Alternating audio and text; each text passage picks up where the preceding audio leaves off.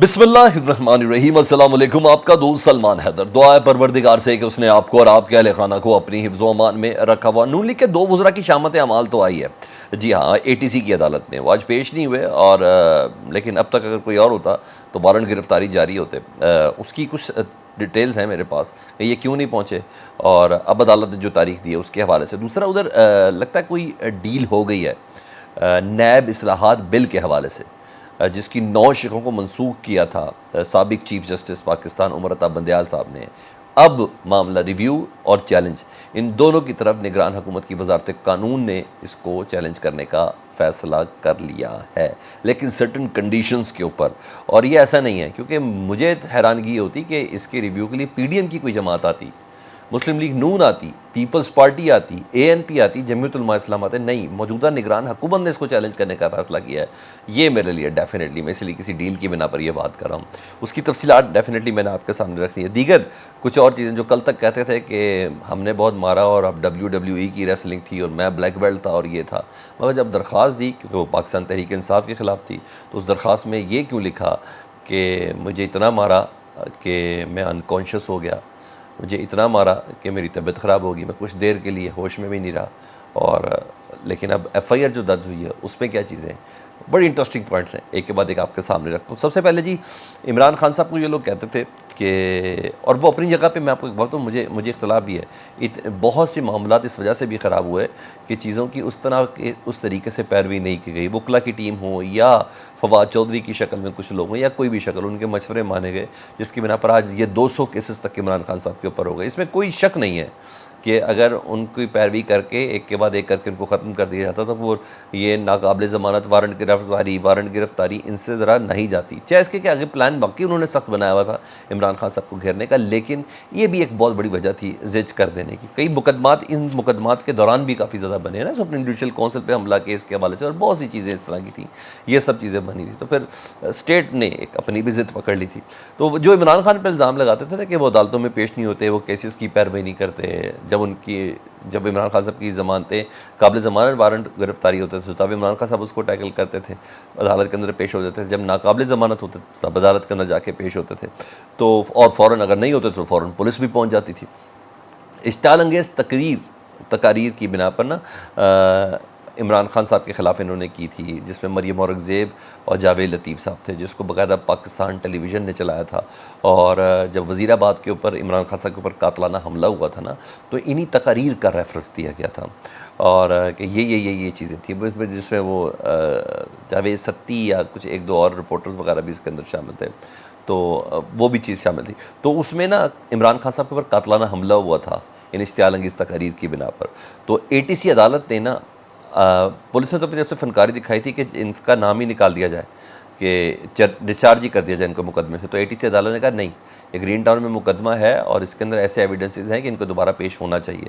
تو آج مریم اورنگزیب اور جاوید لطیف صاحب کو بلایا تھا، لیکن یہ دونوں پیش نہیں ہوئے، اور ڈیفینیٹلی وہ اپنی سیاسی ایکٹیویٹیز کے اندر ہیں، وہ پیش نہیں ہوئے ہیں، مگر آج وارنٹ گرفتاری بھی جاری نہیں ہوئے، تو بہرحال عدالت نے اب 14 اکتوبر کو پیش ہونے کا ان کو حکم دیا ہے۔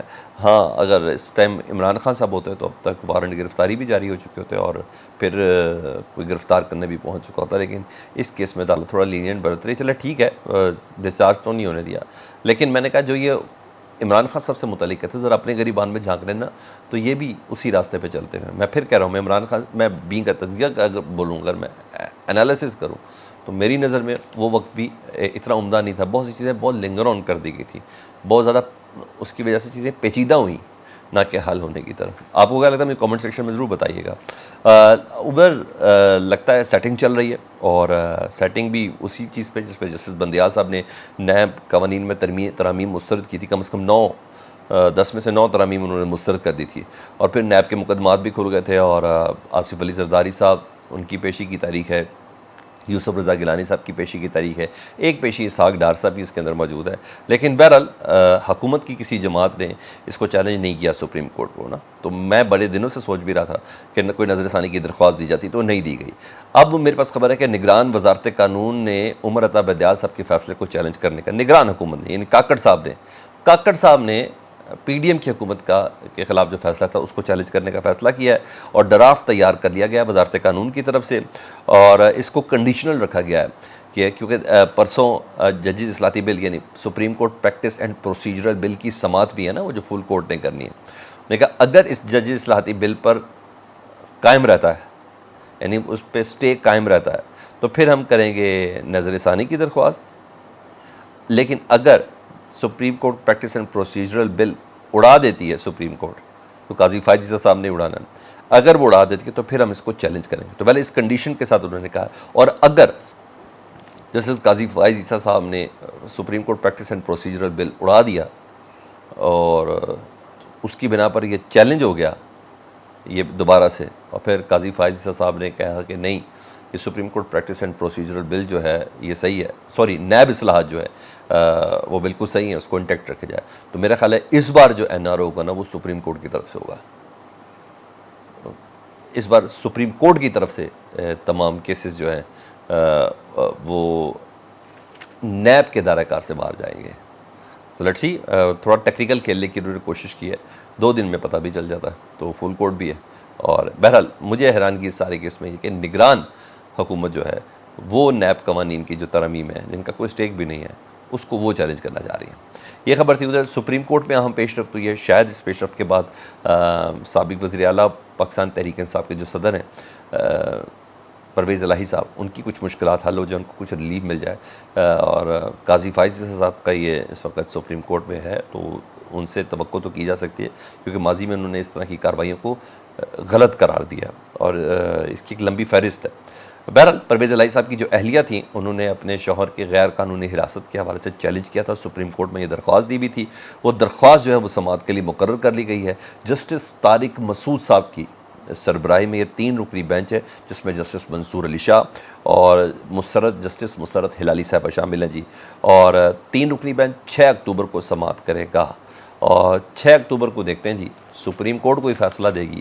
اور میں نہیں سمجھتا منصور علی شاہ صاحب پرویز الہی صاحب کو اندر رکھنے پر راضی ہیں کیونکہ ان کے بھی کچھ فیصلہ لاہور ہائی کورٹ میں ایسے ہیں.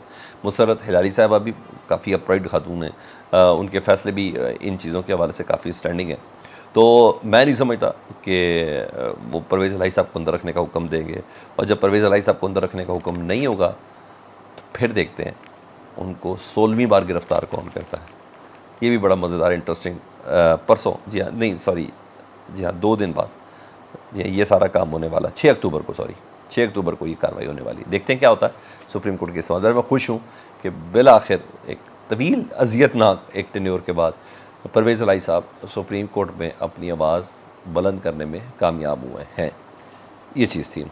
ادھر سینیٹر عفران اللہ صاحب کی درخواست تھی جی، جسے وہ کہتے ہیں درخواست میں تو لکھا تھا کہ مجھے لٹایا گیا، مجھے رلایا گیا، مجھے مارا گیا، میں بے ہوش تک ہو گیا تھا، جان سے مارنے کی مجھے دھمکیاں دی تھیں اور میرے پر جسمانی تشدد کیا تھا شیر افضل مروت صاحب نے. تو پلیز ان کے خلاف قانون کے تحت مقدمہ درج کریں. تو مقدمہ درج ہو گیا جی. اور مقدمے میں تو وہ دفعات نہیں شامل کی گئی، لیکن ہاں کیونکہ اس میں میڈیکل ملاحظہ بھی ہونا ہے، اس میں کیا دکھانا ہے. تو بہرحال 506/352 کا مقدمہ درج کر لیا گیا ہے. اور انٹرسٹنگ چیز یہ ہے کیونکہ ہے یہ پی ٹی آئی مخالف نا، ان کی کور کمیٹی کا ممبر ہے نا شیر افضل، تو اور عمران خان کا وکیل ہے، تو اس لیے اس کو مثال تو بنانا پڑنا ہے. تو حالانکہ سب جانتے ہیں یہ سیاسی درخواست تھی، یہ سب چیزیں تھی، مگر ایفیشنسی کا عالم بڑا مزیدار ہے. اور کیونکہ پی ٹی آئی کا وکیل ہے اس لیے کچھ نہ کچھ کرنا ضروری ہے. تو ایوان عدل میں اور پولیس جس نے یہ کام کرنا ہے، تو ہمیں بہت اچھے سے اندازہ ہو رہا ہے کہ وہ کس طریقے سے اس تمام سچویشن کو دیکھ رہے ہیں. لیکن ہاں میں یہاں ضرور حیران ہوا، نون لیگ کے دڑے، نون لیگ کا سوشل میڈیا، پتہ نہیں کیا کیا کیا کیا وہ کہہ رہے تھے عفنان بلیک بیلٹ ہیں، انہوں نے اتنا مارا، یہ کیا، ان کو اٹھنا ہی نصیب نہیں ہوا، یہ ہو گیا، وہ بھاگ گئے. درخواست میں عفنان کہہ رہے ہیں مجھے اتنا مارا، بے ہوش ہو گیا اور پتہ نہیں میری ذہنی حالت بھی صحیح نہیں رہی تھی، مجھے لٹا کے مارا گیا. کیسے کر لیتے ہیں یہ سب؟ آپ مجھے فیڈ بیک میں بتائیے گا. اللہم صلی علی محمد و آل محمد.